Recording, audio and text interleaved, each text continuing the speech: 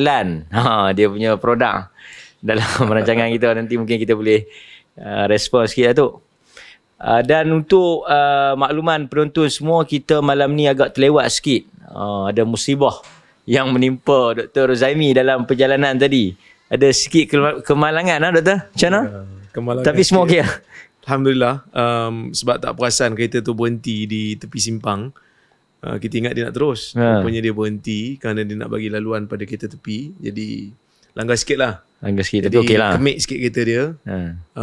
Kita cuba untuk bantu dia repair balik lah kereta tu. Kita nak lancarkan kutipan tak? Tak apa, kita minta bantuan daripada Maib. Dan malam ni kita oleh kerana ada sembang tentang isu kutipan ni, kita juga jemput khas tamu istimewa kita Ustaz Nazim, CEO Maib, yang akan mungkin boleh berkongsi pandangan pada kita malam ni. Jadi sambil-sambil kita sembang tu akan... Ni minuman apa kita malam ni tu? Nampak macam Ini kita minum teh. Teh? Pu'er. Yang ni teh Cina lah? Teh Cina. Okey. Alhamdulillah. Di siapa-siapa yang ada makanan yang bagus lah. Boleh letak sini. Apa khasiat ni pu'er ni? Pu'er ni banyak lah khasiat dia kan. Dia sebab dia kalau kopi ni dia ada hadis. Apa siapa yang mulut dia kan. Hadis palsu bau kopi kan. Hadis palsu lah. Oh, hadis palsu. Kita pernah dengar sekarang dia kata ada hadis. Teh tak ada hadis lah. Ini satu bala bencana. Apabila tok guru kita minum kopi, kita pun create hadis kopi. Selagi kopi duk ada di mulut masuk syurga. Masuk syurga. Bau kopi. Didoakan malaikat. Ini hadis tokai kopi lah. Rihul qahwah. Padahal kopi discover lewat kan. Zaman Nabi SAW mungkinlah ada orang minum, tapi belumlah begitu dikenali. Sebab itu kalau kita tengok dalam hadis Nabi SAW, dia bila nak minum air tu dia akan letakkan tamar ataupun kismis semalaman supaya air yang diminum itu ada sedikit rasa manis. Kan? Tak adalah air Milo ke Coca-Cola ke kan. Ataupun air kopi Starbucks ke, memang tak ada lah zaman tu. Tak ada lah no. Yang terlalu komersial begitu memang tak ada. Teh ada? Teh mungkin dah diminum oleh sebahagian orang, tapi taklah begitu dikenali sebenarnya. Kita tak tahu kan zaman tu siapa yang minum. Mungkin sebab teh ni ditanam di tempat-tempat yang tinggi kan, di tempat yang sejuk. Cuma yang pastinya hadis tu maudhu' lah. Hadis palsu lah. Macam mana yukhaliful unqul kan. Yubayinu manqul. Yani dia menyanggahi akal yang logik. Kerana kopi ada dalam mulut, masuk diampunkan dosa, masuk syurga. Begitu mudah syurga sehingga seperingkat itu, yang ni mujazafah, lebih-lebihan. Dalam hadis yang hatta kurma yang tamar yang dimakan oleh Nabi pun tak ada siapa duduk tamar dalam mulut dia. Malaikat ampun dosa dia, kemudian masuk syurga. Ini tidak lain sebab kerana telah jadi tabiat sebahagian guru-guru aliran tertentu suka minat minum kopi malam-malam. Jadi mereka pun buat hadis kopi supaya nak tunjukkan kehebatan guru-guru mereka, dan ini adalah perkara yang sangat menduka citakan. Macam Datuk sebut hadis terung lah kan. Ya. Murah pula lah. Murah pula syurga. Cuma mungkin Datuk sikit kita nak komen kan. Hadis-hadis ni kita tengok masyarakat kita mudah percaya. Macam itulah juga dengan isu Sari Dua ni tentang kutipan derma ni, memang dah kita kata isu ni dah lama tu kan. Apatah lagi dengan perang yang berlaku di Gaza, Palestin kan. Ada sebahagian pihak guna pakai nama Palestin ni. Mungkin Datuk boleh respon sikit tentang isu kutipan, tentang isu sedekah, terutama yang berkaitan dengan bumi Palestin ni. Bismillahirrahmanirrahim. Alhamdulillah. Kita sebenarnya semua kita happy, gembira jika orang ingin membantu Palestin. Itu tanggungjawab kita. Tapi yang kita duka cita jika ada orang ambil kesempatan di atas penderitaan rakyat Palestin. Saya cakap umum lah. Jadi untuk itu kita sentiasa cuba memberikan ingatan supaya orang ramai tidak terinaya, ataupun bukan terinaya tu sebenarnya orang yang memberi derma tu dia dapat pahala kerana dia niat dia ikhlas. Cuma yang menipu itu kita tak mahu dia bermaharajalela kan, ataupun mungkin dia tak menipu sepenuhnya. Saya cakap ni umum lah. Tapi dia tidak menunaikan apa yang menjadi tujuan wang yang dia kutip. Jadi itu isunya. Saya selalu sebut mudah. Apa lagi perniagaan yang lebih hebat dan lebih mudah? Menggunakan lambang Palestin, penderitaan kanak-kanak yang dibom, kemudian modalnya hanya menyediakan tabung ataupun akaun, dan orang ramai masukkan duit di dalam akaun tu bertalu-talu. Sehingga 100 juta sampai 100 juta lebih. Ini saya cakap umum. Ini berlaku yang kita dengar macam-macam. Dan sebahagian tu ambil sampai 40%. Bayangkan belanja, kalau kita keluarkan modal 100 juta, kemudian kita dapat untung 40 juta ni pun dah banyak. Ni modal bukan kita punya. Orang bagi 100 juta, kita ambil 40 juta. Whatever justifikasi yang kita bagi. Tetapi orang yang bagi tu, kalau orang tu bagi 1,000, dia tahu bahawasanya kita habaq kata, mari derma untuk Palestin 1,000. Tapi saya nak ambil RM400. Mungkin dia tak bagi kat kita. Dia tahu kita nak ambil 400, tapi oleh kerana dia tak tahu bahawa duit dia akan diambil daripada itu. Dia, kalau dimaklumkan dahulu, tak apa berlaku dalam akad. Kerana hal ini, tadi kami pun bincang panjang di dalam majlis Jawatankuasa Fatwa Perlis dalam isu ini. Kalau dia bagi tahu dulu, berarti berlaku. Dia begini, dia kutip ni, NGO ni ada dua. Satu dia kutip untuk orang lain. Satu dia kutip untuk diri dia sendiri. Okey. Yang kutip untuk diri dia sendiri ni, tak apalah, kita tahu dia habaq dah dia nak guna duit tu untuk scam apa. Dia kata dia guna duit ni untuk kata macam PMT lah, sebutlah bayar lah PMT ni, kita mana PMT kutip dia dapat duit ni lah operasi dah. Dia jadi memang orang bagi dekat dia. Orang bagi untuk dia pun kerja dia rakam lah, dia staff dia naik kereta api, ikut penceramah lah apa. Memang orang bagi untuk PMT, dan orang tahu apa aktiviti PMT. Tak apalah, tapi yang ni orang bagi pada dia untuk dia pergi bagi pada orang lain. Maksudnya dia tu wakalah. Dia wakalah. Wakalah, satu wakalah saja, satu wakalah bil ujur. Sekarang dia sekarang wakalah dengan dia ni, tak apalah, dia nak jadi wakalah dengan upah lah.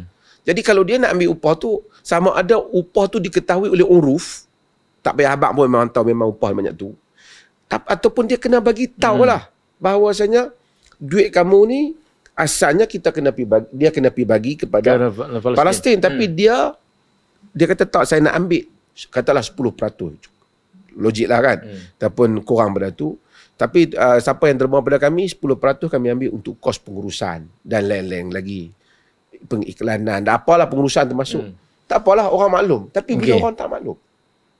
Dan ini berlaku. Kalau ini tak, artinya telah mengkhianati amanah yang telah orang bagi pada dia. Maksudnya kalau mana-mana NGO yang nak kutip duit untuk pihak lain, dia kena maklumkan persentage yang dia nak ambil. Dia kena maklumkan persentage yang dia ambil. Melainkan satu persentage yang satu negeri itu kerajaan telah buat. Misalnya kerajaan kata, NGO hanya boleh ambil, contohlah, 5%. Tapi dia tak maklumkan kerana dia anggap benda tu telah ma'ruf di sisi uruf, di sisi masyarakat. Memang banyak tu. Tapi kalau tidak ada satu ketetapan yang orang pun tak tahu, dia kena bagi tahu berapa yang dia ambil. Jika tidak, dia mana dia sampaikan yang bahagian yang dia ambil itu pengkhianatan dia kepada amanah yang diberikan pada dia. Dia serupa Ustaz macam dulu kita pernah ada isu berkenaan dengan korban di luar negara kan.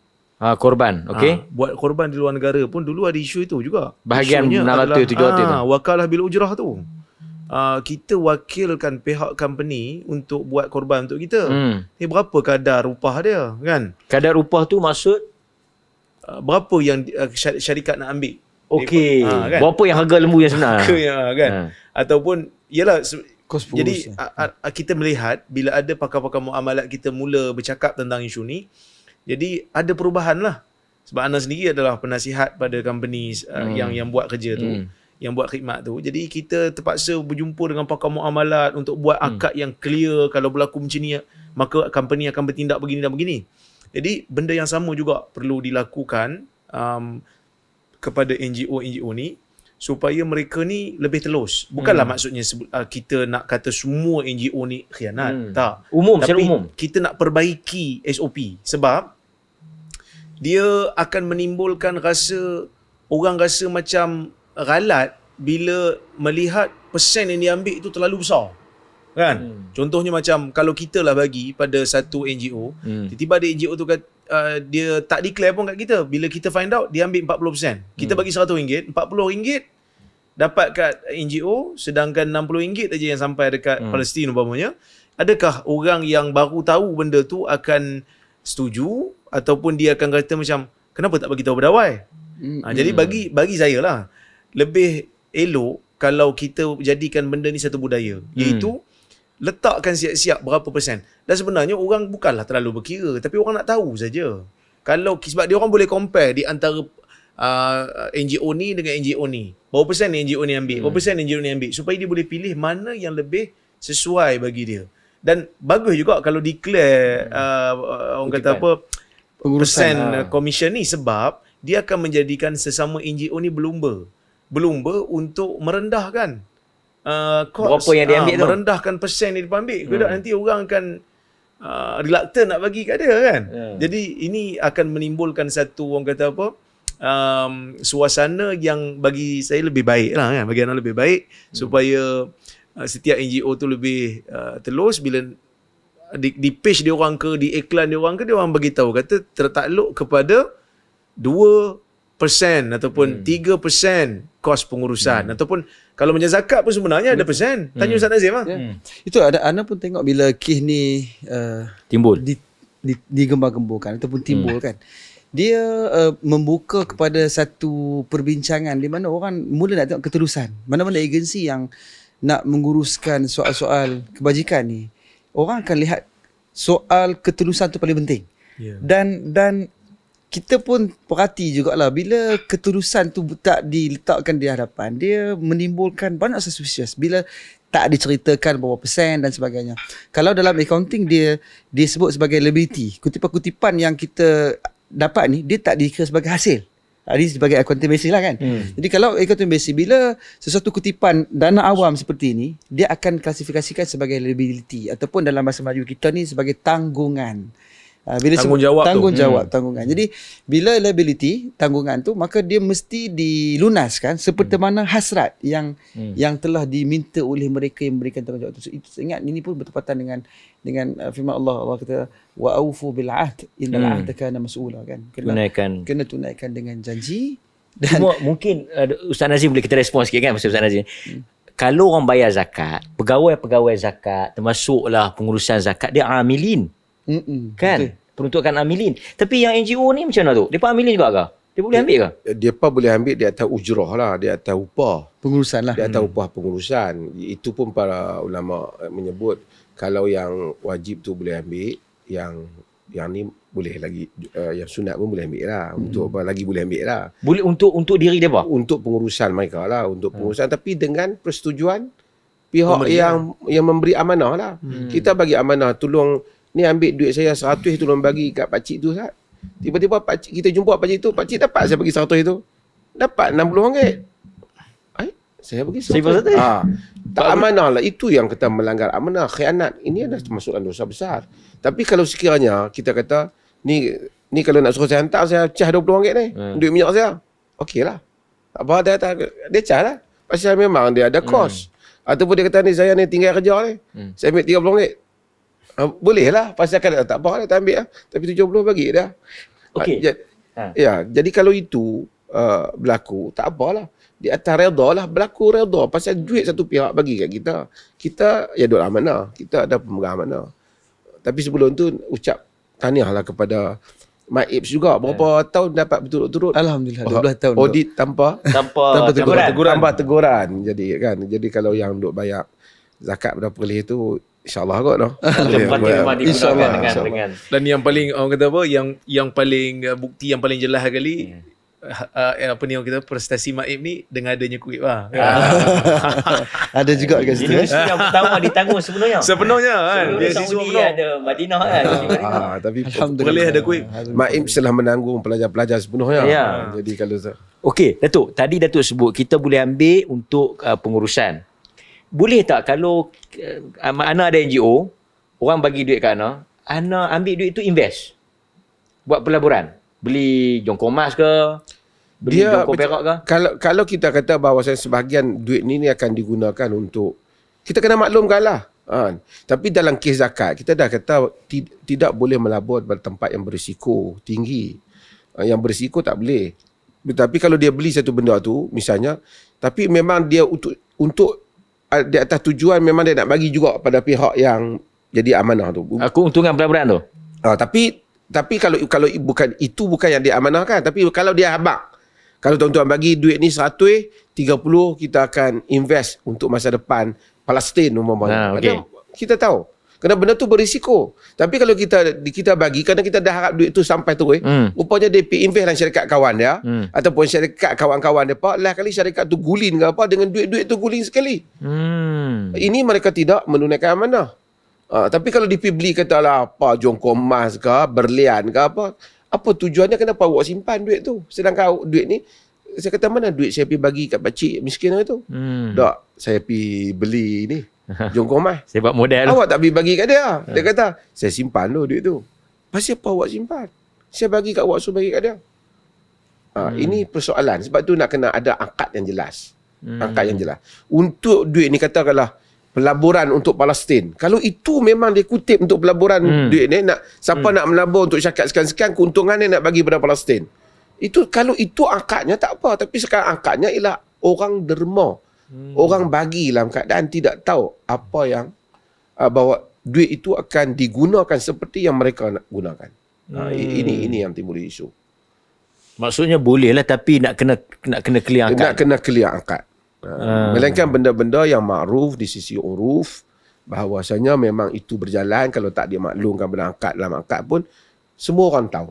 Memang begitulah pelaksanaannya. Yang tu tak apalah. Datuk, boleh ke kalau kita nampak benda ni lebih kepada redha oleh penyumbang dan juga amanah oleh orang yang diberikan amanah tu? Sebab anda tengok dalam kebanyakan daripada proses untuk melaksanakan perkhidmatan ni dia akan bagi tahu dengan jelas. Even sekarang ni kita tahulah, kalau kita pergi mana-mana dia akan sebut di bawah tu, kalau dia buat apa-apa tertakluk kepada terma dan rujukan. So tertakluk pada terma dan rujukan tu mesti dipersetujui oleh pihak yang memberikan tanggungjawab dengan orang yang memegang tanggungjawab tu. Adakah kunci dia tu lebih kepada tu lah? Itulah maksud akad redha tarafain lah. Kita pergi beli barang di kedai-kedai ni pun dia print tu, dia bagi tahu kita berapa peratus yang dia ambil. Dan kita kena tahu dah memang ada service charge kedai-kedai yang seperti itu. Kan ada service charge. Tapi kita tak boleh lah. Kita kutip duit seribu, orang dah bagi dah. Lepas orang dah bagi baru kita habaq kata, ni 300 kau ambil. Kena bagi tahu sebelum akad berlaku lah. Boleh jadi orang pun takkan sumbang kalau tahu. Kerana kalau anak tahu entah ambil nak 40, dia ambil 20, dia ambil 10, yang sampai anda akan bagi kat yang 10 tu. Kan? Masa duta Palestin mari ziarah rumah Datuk, antara benda yang dia timbulkan ialah kutipan-kutipan yang dibuat di Malaysia ni, dia kata tak sampai tu. Itu isu yang mereka sebut. Kami pergi ke Jordan, Muhammad Ibs pun itu yang dia sebut. Cumanya kita tahu duta Palestin ni pun dia di pihak Fatah. Fatah ni pun satu masalah macam mana sebutlah. Fatah ni pun ramai orang keliru. Fatah ni adalah yang Mahmud Abbas apa semua tu, dia ni satu pihak yang mana kita tengok ketika Hamas berperang apa semua, Hamas ni di Gaza.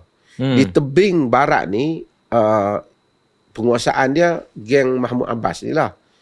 Kita tengok tebing barat ada berlaku tangkapan macam-macam. Mereka ni, Mahmud Abbas ni, mereka ada pasukan ni apa? Ada senjata, ada keperalatan senjata, ada mereka rasmi. Pun begitu, mereka tak pernah menghadapi Israel. Mereka hanya mengawal rakyat Palestin daripada bangkit menentang Israel saja. Israel masuk dan tangkap rakyat mereka tak buat apa-apa. Ini pun kita kena tahu bahawa saja politik Dan Mahmud Abbas ni ditentukan kedudukan dia juga Oleh oleh Israel. Israel dan Amerika. Sebab tu Israel wugut baru-baru ni kata kalau Mahmud Abbas tak berfungsi dia nak tukar orang lain. Jadi itu. Jadi dia ialah duta ni pun tak apalah, dia satu sudut. Oleh kerana kuasa barat berkuasa dalam dunia ni menyebabkan pengurusan duta-duta ni lah yang boleh. Kalau Hamas hantar duta dia pergi istihad pula. Duta tu teroris ke apa, jadi susah lah. Tapi Hamas pun boleh kita katakan sebagai pihak yang berkuasa. Berkuasa di Gaza, dia berkuasa. Dia Dia kerajaan. power dan dia pun dia undi, dia menang melalui undian. Yang Tapi sana dinafikan oleh Barat masa tu. dia mari Cuma tak sebab- boleh lah kalau ada orang kata Hamas bukan di pihak yang maksudnya kalaupun tidak boleh Barat, tak boleh dikatakan dia sebagai pihak yang tak berkuasa, yang tak dimandat, tak diberikan mandat oleh Oh, rakyat. dah, Itu dia yang kita heran tu bila ada orang kata tidak ada jihad melainkan di belakang imam, jadi Hamas bukan imam. Kita kata dia orang kan pernah dipilih menjadi kerajaan, tetapi dinafikan hak. Jadi yang nafikan tu pula bukannya orang yang duduk dalam Gaza tu sendiri. Itu pertama. Yang keduanya, dah kena bom setiap hari, takkan tak melawan langsung. Sebab Nabi SAW menyebut man qutila duna malihi fahuwa syahid wa man qutila duna ahlihi fahuwa syahid. Siapa yang mempertahankan hartanya, keluarganya, dikira sebagai syahid akhirat lah kan. Jadi kadang-kadang kita pun pelik jugalah dia orang ni. Waktu pertembungan di antara kufur, harbi dan juga Muslim yang dizalimi, dipilih untuk kritik Muslim yang dizalimi tu. Dia duk cari alasan macam mana untuk Macam nak mana? kata ini tak tahu apa level daripada Apapun Hamas tu, dialah Muslim yang sedang ditindas. Itu Dia sedang pertimbangan yang paling ditindas. besar. dia ditaati. Pemerintah ni maksud pihak yang ditaati dan zu syaukah. Orang yang berkuasa dan ditaati. Di sana Hamas dah taati. Hamas diangkat oleh rakyat dia. Kami pernah melawat. Ismail Haniyah ketika duduk sana dia ditaati. Semua rakyat ikut apa yang Hamas kata. Dan kita hebat. Begitu penderitaan punya hebat berlaku pada Palestin. Kita tak dengar lagi dalam segala perang saraf yang Israel buat, mereka belum lagi dapat untuk ambil besar-besaran rakyat Gaza membantah Hamas. Tak ada lagi kenyataan rakyat. Tak ada. Bahkan semua sokong. Mereka berjuang. Mereka bersama dengan semangat untuk menentang Israel. Dah kita dalam sebut tentang Hamas ni Datuk. Sehari dua ni kan tersebar tentang layanan Hamas pada tawanan perang yang membuka mata lah kan rakyat Israel sendiri tu. Macam mana Datuk tengok? Ini satu kita bangga bagi orang Islam lah. Cuba kita tengok sebelum ni kita ada kes Yvonne Ridley 2000 tahun 2000 yang jurnalis yang telah ditawan oleh Taliban Di Afghanistan. di Afghanistan. Dia keluar daripada tu, dia masuk Islam. Yeah. Bukan, dia masuk Islam. Dan yang tahun 2000 ni aktivis Kristian Church Perancis Mariam Petronin dia keluar daripada tawanan kumpulan yang angkatan senjata Filipin. di Somalia. Somalia. Dia balik, dia masuk Islam. Sehingga malu Perdana Menteri Perancis yang pergi sambut dia, akhirnya dia beritahu dia pakai tudung, dia masuk Islam. Dan ini anak-anak orang-orang Israel yang dididik siang malam di sekolah mereka membenci Palestin. Islam Palestin. tiba-tiba bukan diambil untuk pergi bagi kenuri, diambil sebagai tawanan, balik memuji akhlak mujahidin. Bukan dia saja, sebelum ni yang keluar yang tua tu pun Puji. puji. Dan tak disuruh itu Tak sukarela. ada Dia pun dalam selamat keadaan lah sampai macam mana. Israel kalang kabut.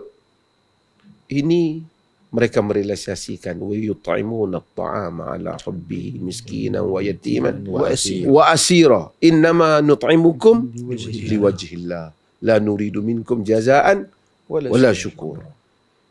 Di dalam Islam ni memberi makan kepada wa yut'imuna at'ama ala, bagi makan yang kita suka tu kepada anak yatim, orang miskin dan tawanan perang. Tawan perang. Kami bagi ini kerana Allah. Quran kata, bukan nak balasan, bukan nak orang terima kasih. Artinya pasukan Islam, whatever tomahan orang pada mereka, tapi hasil daripada mereka orang Islam yang tahu didikkan Islam, mereka tak buat kat tawanan perang. Tengok apa jadi pada wanita-wanita yang keluar daripada penjara Israel. Muka jadi macam mana, tangan yang dipotong. Zalimi dengan begitu kejam. Tapi mereka yang negara mereka sedang bom di atas, beberbelah ribu mati. Anak mereka tak dibunuh dengan kejam oleh Hamas yang dituduh oleh Amerika sebagai pengganas. Dihantar dengan elok. Bukan hantar sekadar nak tunjuk kepada media. Mereka balik ke rumah masih ingat lagi pada Hamas. Dan mereka yang cerita. Mereka yang cerita. Ini adalah satu, Masya Allah. Sebab itu kalau kita dalam sejarah, kita pernah baca Sumamah bin Usal. Yang Nabi tangkap. Nabi ikat dia ni, Sumamah ni kepala Bani Hanifah. Kan? Nabi tiap hari tanya dia kan. Macam mana hang kan? In taqtul zadamin. Wa in tun'im ala syakirin. Dan kalau kau bunuh orang yang patutlah. Tapi kalau kau bebaskan aku, kau ni aku orang yang tahu bersyukurlah. Aku orang terima kasih. Tiap hari dia jawab tu. Nabi bebaskan dia. Nabi masuk Islam. Dia lari, dia keluar, dia pergi mandi. Dia patah balik. Dia masuk Islam. Declare. Dia kata dulu adalah wajahuka abghadul wujuh. Muka Nabi ni muka yang paling dibenci sekali. Kan? Sekarang dia kata, maka sekarang adalah fasarta wajhuka ahabbul wujuhi ilai. Maka sekarang wajahmu adalah wajah yang paling aku sayang. Dulu agama yang kau benci agama kau. Sekarang agama kau lah agama aku yang sayang. Dan apa yang berlaku sebenarnya, bukan seorang kan tawanan yang ditawan oleh Hamas apabila dilepaskan memuji Hamas. Ya. Ramai. Dan ini menafikan cakap-cakap jahat manusia yang mengatakan Hamas ni adalah teroris. Sebab teroris ni ialah orang yang suka melakukan keganasan, terutamanya bagi orang yang tidak ada kemampuan nak melawan. Itu teroris. Orang lemah. Tawanan perang ni orang yang tak mampu. Tawanan perang ni orang yang tak mampu. Ini maksudnya kalau teroris, dia akan bom tempat-tempat orang awam. Itu yang dipanggil teroris. Kalau katalah satu orang dia pergi berperang dengan tentera, kan? Nak kata teroris pun susah juga kan. Jadi sekarang ni apa yang dilakukan oleh Hamas sekarang ni betul-betul menunjukkan akhlak Islam yang sangat tinggi, sehinggakan tawanan yang ditawan memuji mereka. Kan? Dan mereka ada peluang untuk bunuh. Ada peluang untuk bunuh. 14,000 rakyat Palestin di Gaza itu yang menderita kematian, berapa puluh ribu pula yang cedera disebabkan oleh kerana bom. Ini adalah waktu kalau kita fikir secara waktu kita fikir secara logik, inilah time aku nak balas dendam.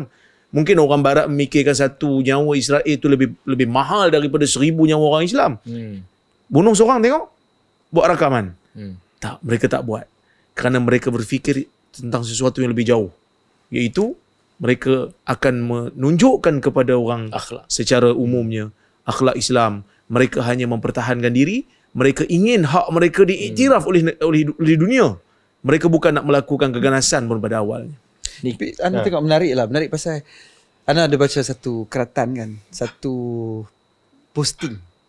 Bila tawanan perang di Gaza, Hamas bawa mereka ni bukan sekadar bagi makan biasa-biasa ni. Ajak pergi piknik di tepi pantai. Berkelah bersama dengan ini satu akhlak yang masya-Allah. Kalau betul-betul nak balas dendam ataupun teris, tak jadi benda tu. Dan bukan lakonan. Itu penting.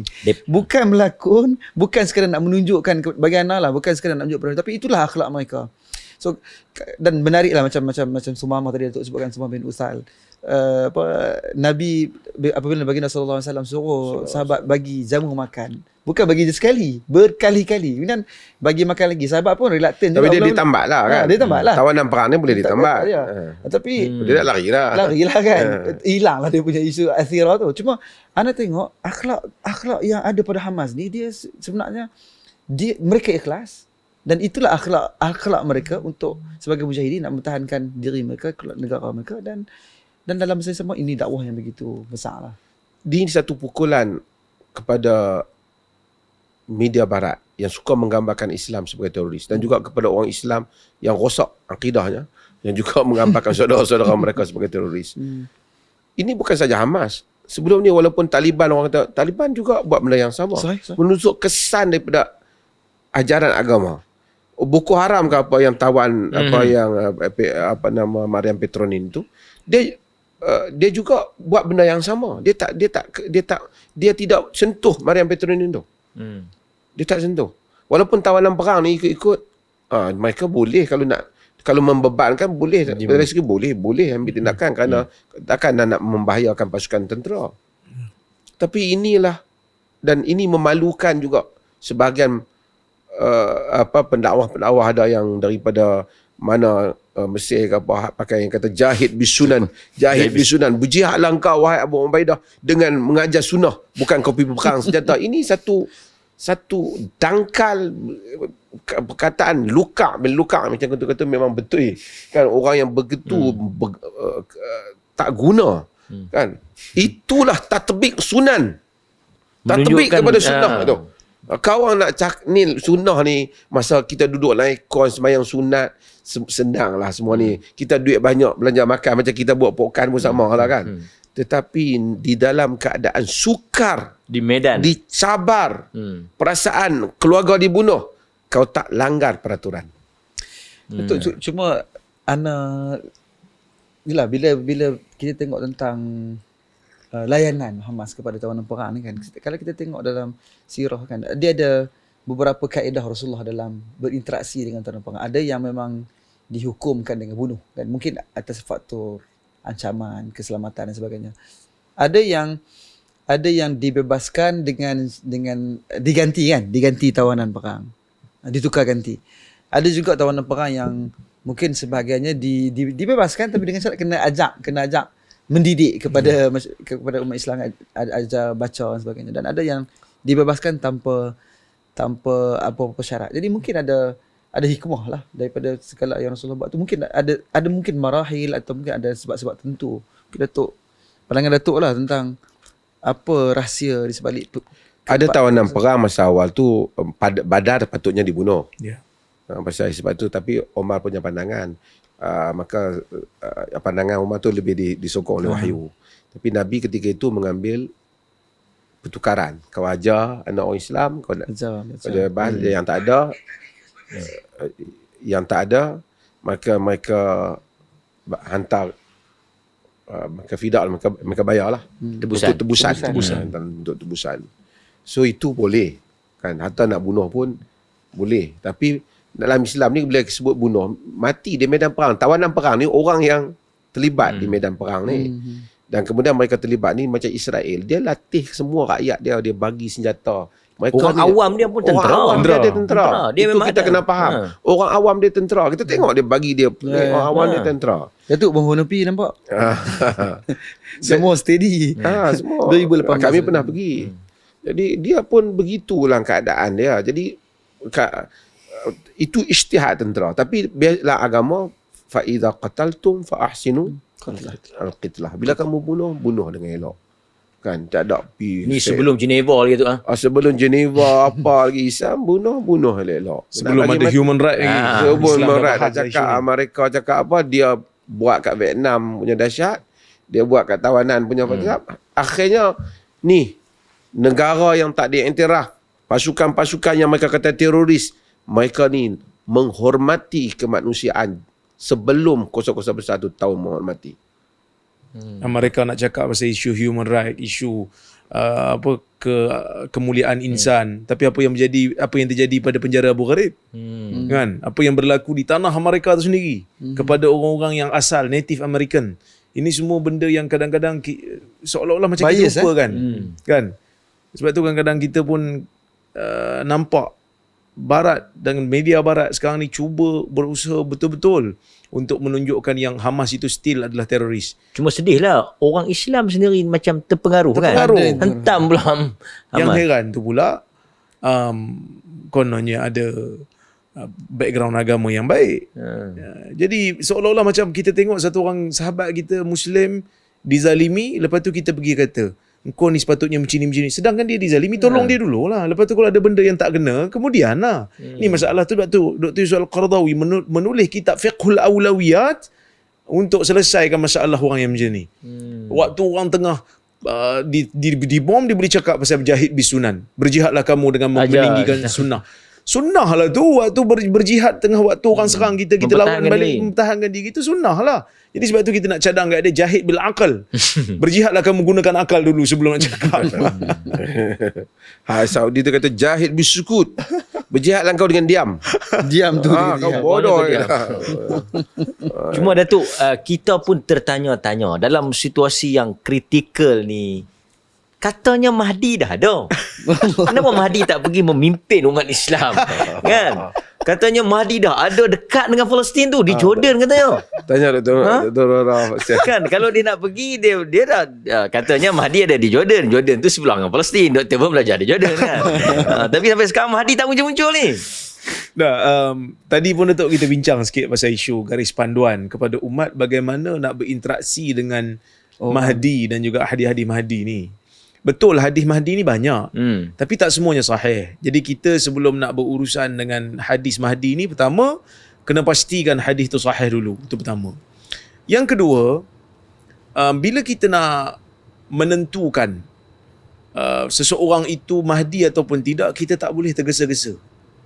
Kerana bimbang nanti, kita akan rajam bil ghaib. Maksudnya kita ceroboh benda-benda yang ghaib.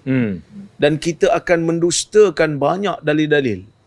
Kan, contohnya sebahagian orang cuba untuk menetapkan orang ni sebagai Mahdi, orang tu sebagai Mahdi Secara pasti, tapi nama dia bukan Muhammad bin Abdullah pula.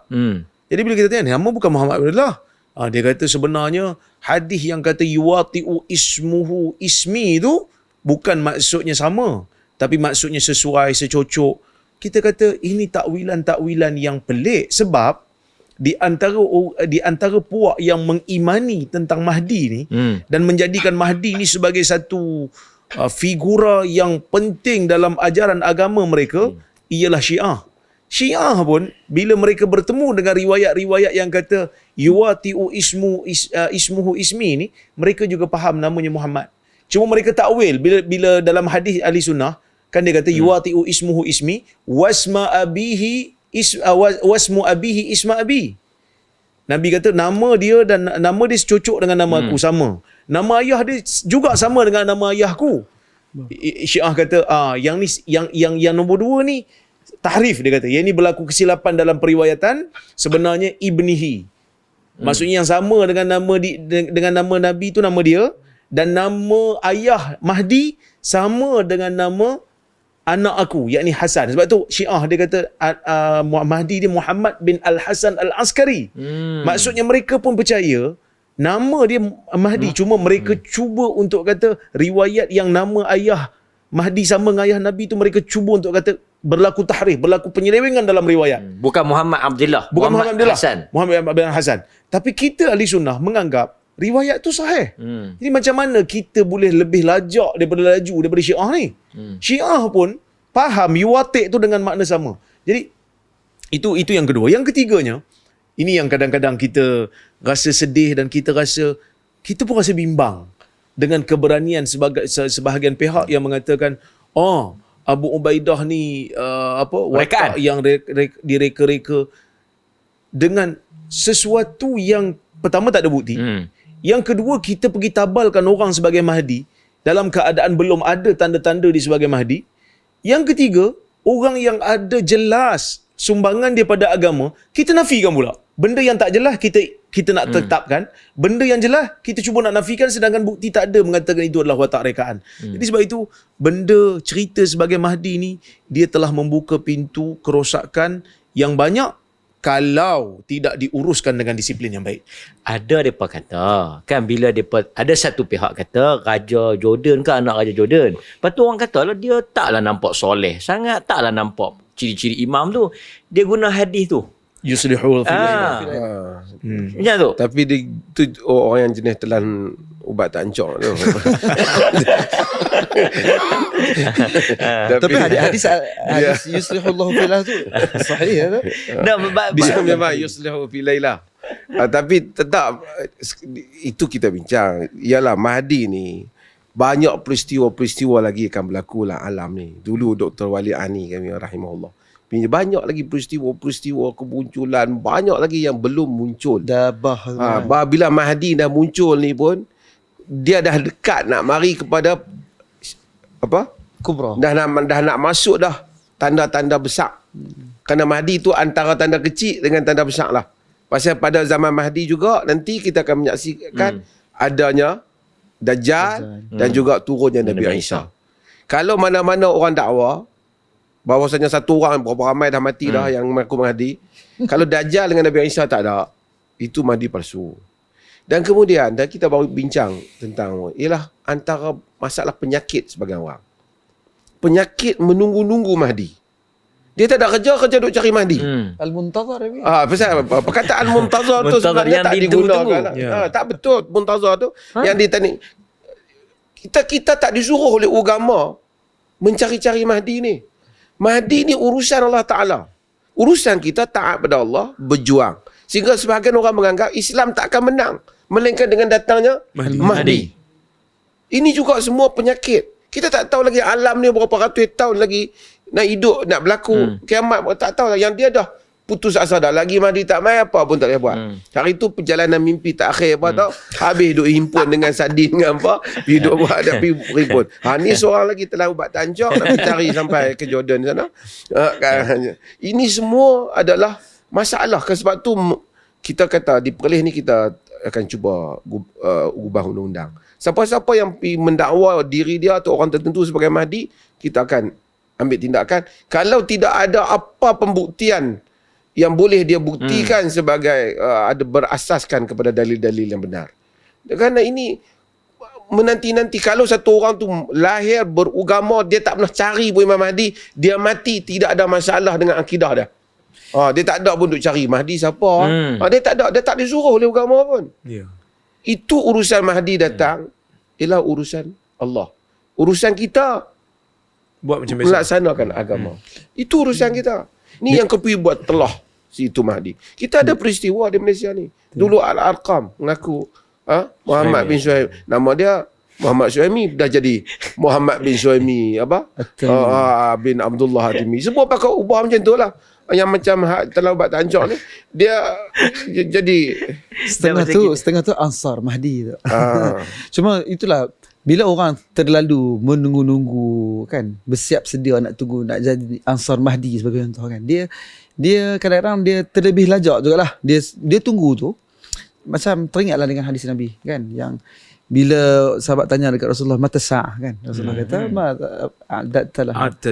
Jadi apa yang kamu siap itu untuk patutnya kita fokus tentang persiapan diri, bukan sekarang ni dia duk kira Imam Mahdi diri dia tak kira apa. Dia duk teropong lah Mahdi sana ni. Dan dia sebenarnya orang pernah tanya pada, tak ingat, mungkin Sufyan Sauri pun tak silap. Orang tanya, anak murid dia tanya dia. Dia kata sesungguhnya ramai orang bercakap pasal Mahdi ni. Kata Sufyan Sauri, "Lau kana ala babika fala takum minhu fi syai' hatta yajtami'an nasu alaihi." Sufyan kata Dia kata kalaulah kata Mahdi ni lalu depan pintu rumah kau pun, buat tak tahu jangan buat apa-apa, jangan melibatkan diri sehinggalah manusia berhimpun untuk melantik dia. Yang ni kita ada satu trend nak pergi cari nak pergi cari.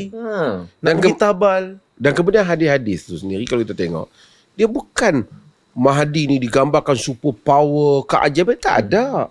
Mahdi dia anggap lelaki soleh, memerintah dunia, qistan wa adla, dengan keadilan.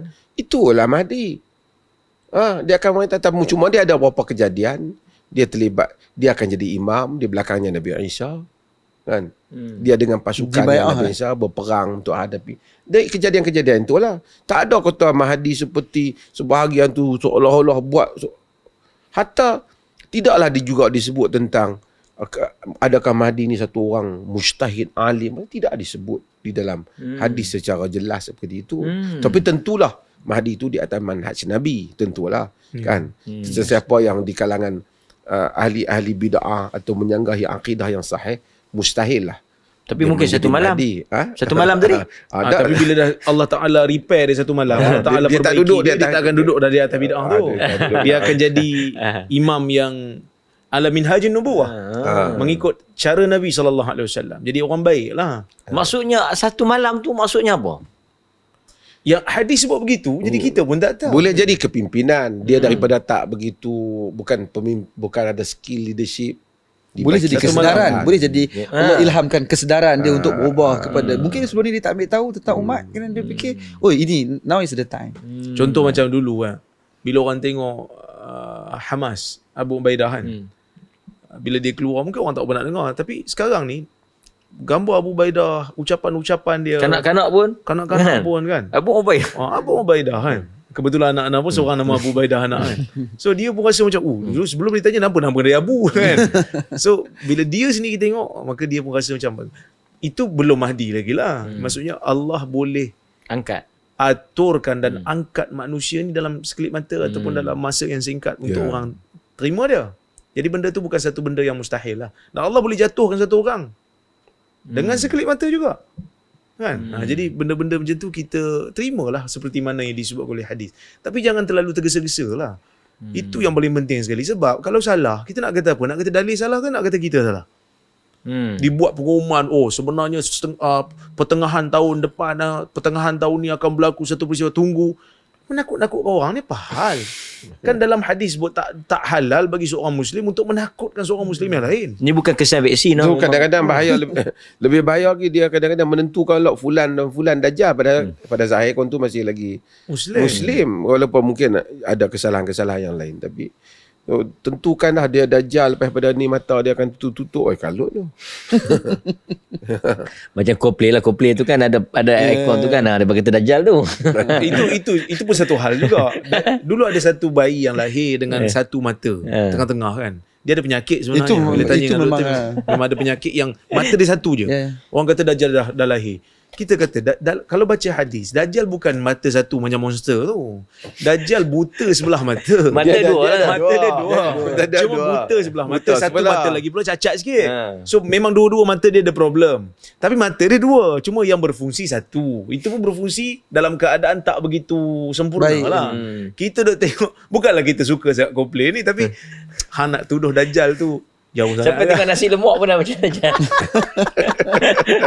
Kan? Terus Nasib tak baik kita makan makan seminggu. bulu udang.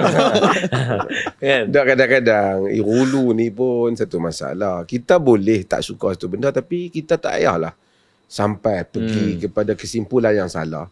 Kesimpulan yang salah tu nanti orang akan salah faham. Macam dulu orang tua-tua kan, dia tak mau budak-budak lambung kain, takut sangkut di pokok. Pantang larang. Tapi dia kata kalau lambung kain sekali harimau masuk kampung. Contohnya. Kan? Dia tak mau dia tak mau benda perbuatan tertentu, tapi dia kaitkan dengan benda lain. Lama-lama benda lain tu jadi superstition, jadi benda khurafat, jadi karut. Jadi tak boleh lah macam tu. Niat yang baik tapi tak Niat yang baik tapi tak, pendekatan yang tidak ilmiah. Agama sentiasa ilmiah. Cuma tadi anda nak sebut sikit tentang, anda sebut baru ni, kalau kita tengok pada era tahun 80-an 80-an dulu, masa tu jihad ni cuba nak dipadamkan dalam dunia ni. Kita masih dengar orang dulu timbul polemik, tak ada dah jihad khital dalam Islam, dah tamat dah, seolah-olah mansuh, yang adalah jihad ekonomi. Kemudian Barat create kejadian-kejadian yang menunjukkan siapa yang sebut jihad ni dia jadi teroris. Sehingga ramai orang takut nak cakap pasal jihad. Masjid-masjid takut nak cakap, ustaz-ustaz takut nak cakap jihad. Kerana kalau cakap pasal jihad, mimbar pun tak takut nanti akan dikaitkan dengan teroris dan keganasan. Tapi cuba tengok, apabila Hamas melancarkan perang kepada Israel, hari ni semua orang cakap tentang jihad. Jihad. Tu kata dalam masa sekelip mata Allah boleh ubah pendirian manusia. Keadaan manusia ni boleh diubah. Kita hanya disuruh untuk bekerja. Hamas dia telah bekerja kan. Kita taklah kata sebagai orang nak pergi cari apa pula kesalahan Hamas. Kau nak cari kesalahan, tak payah Hamas, kau sendiri pun memang akan ada salah. Kita bercakap tentang masyru' ataupun keadaan alawiyat. Apa yang dilakukan? Apa yang dilakukan itu telah membantu mengangkat makna agama. Ramai orang baca Quran di barat kena heran macam mana rakyat Palestin begitu sabar. Mereka makanan tertentu tak ada pun tak ada sabar. Palestin dibom, diinterview budak-budak dia. Alhamdulillah, Masya Allah, Allah akan menolong kita. Masya Allah. Tidak pernah. Tawakal. Tak pernah satu orang lagi keluar. Tuhan di manakah? Untuk tak ada orang bertikai. Walaupun dia bertikai pemimpin Arab besar, tapi Di tempat yang maju banyak orang bunuh diri. Ya. Di tempat yang macam ni. Wah, Orang masih bertasbih, memuja dan memuji Allah siang dan malam. Tengok masa apa ada satu klip seorang budak ni kena, dia tak ada bius kan, bila yang operation tu. operation kan. Dia mengaji, dia baca Quran. So ini satu kelompok manusia yang Allah tunjukkan kepada kita kan, bila berlaku apa yang berlaku jihad sekarang ni, Allah tunjukkan kita inilah yang berlaku mungkin di zaman para sahabat dulu kan, yang sentiasa tawakal. Bro, kita nampak realiti. No? Kita dengar Reality. cerita dalam sirah kan.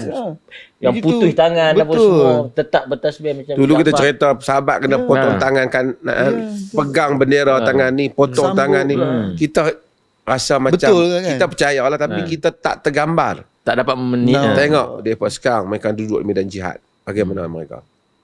Dan mereka sebenarnya telah melaksanakan tugas yang Allah Ta'ala beri pada kita semua. Mereka Beban kekal tu di di bawah situ. kita, mereka yang tanggung. Mereka tanggung. Dan yang menyedihkan adalah yang berdekatan tak memberikan bantuan yang signifikan. Beri bantuan mungkin, tapi bagikan kapahan. Kita mahukan tentera kan. Maksudnya masuklah, beri tekanan. Masuk.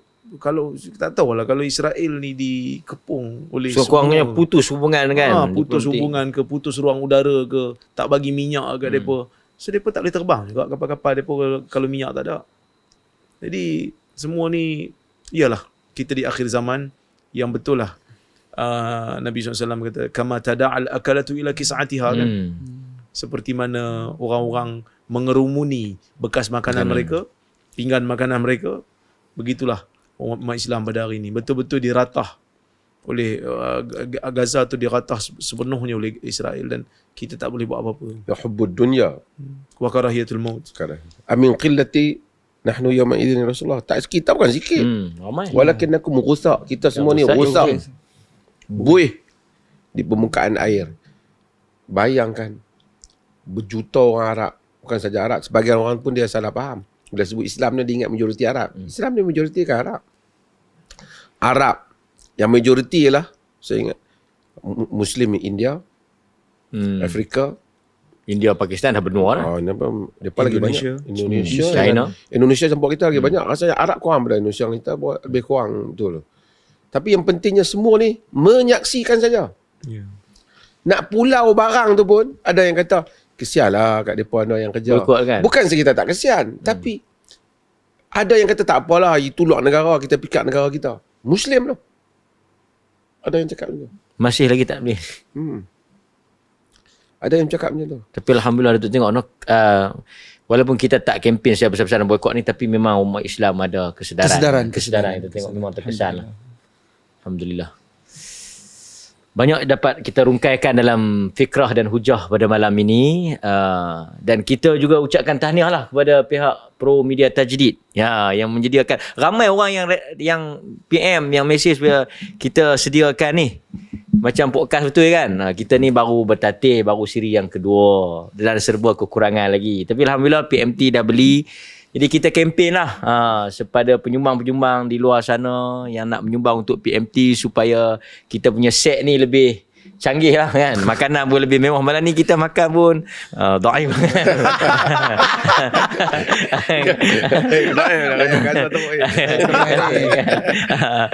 Tapi insyaAllah dengan tapi tak apa. Yang pentingnya ialah inti perbincangan ini. Maksud Alhamdulillah. tu minggu depan ni penaja hebat lah. Ya.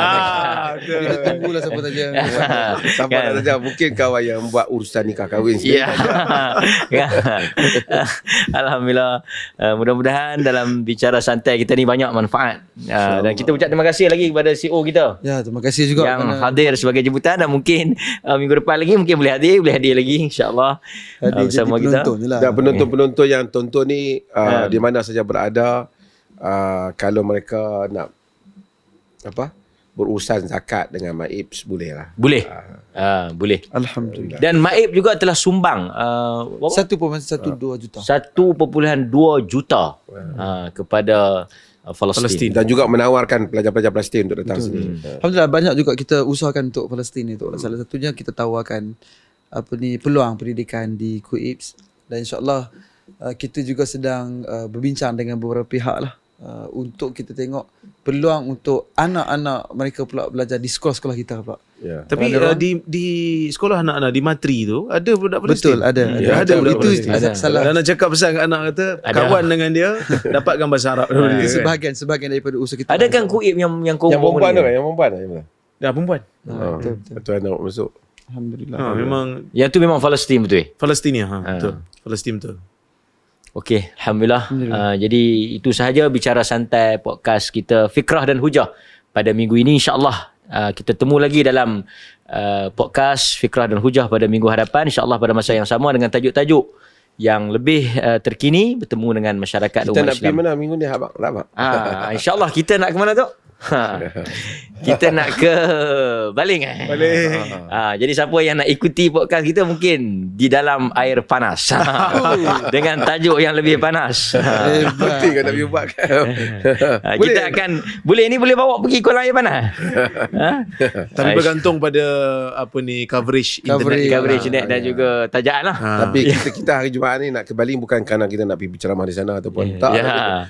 Tapi ada urusan-urusan yang lain, termasuk Dr. Zaimi, Ustaz Mat Riza, saya mungkin Ustaz Nazim tak pastilah akan dia Sebab dia nak jaga duit zakat banyak ni. dia jaga dia selepas Joe Biden dia adalah orang yang kedua. Orang yang kedua.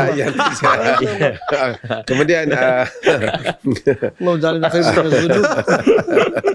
kemudian mungkin siapa-siapa yang selalu menonton kita di sana juga mungkin boleh jumpa kita di sana untuk sembang-sembang santai. Sembang santai di Baling insya-Allah. Bukan. Kita akan hari Jumaat ni tu. Sembang santai kita tu di kedai makan je lah. Di kedai makan. Jadi siapa yang nak jamu kami tu boleh lah. Janganlah nawar sikit kan. Yang hebat daripada ni lah. Ya. Okey, terima kasih tu. Ustaz, insya-Allah kita jumpa lagi. Assalamualaikum warahmatullahi wabarakatuh. Waalaikumsalam warahmatullahi wabarakatuh.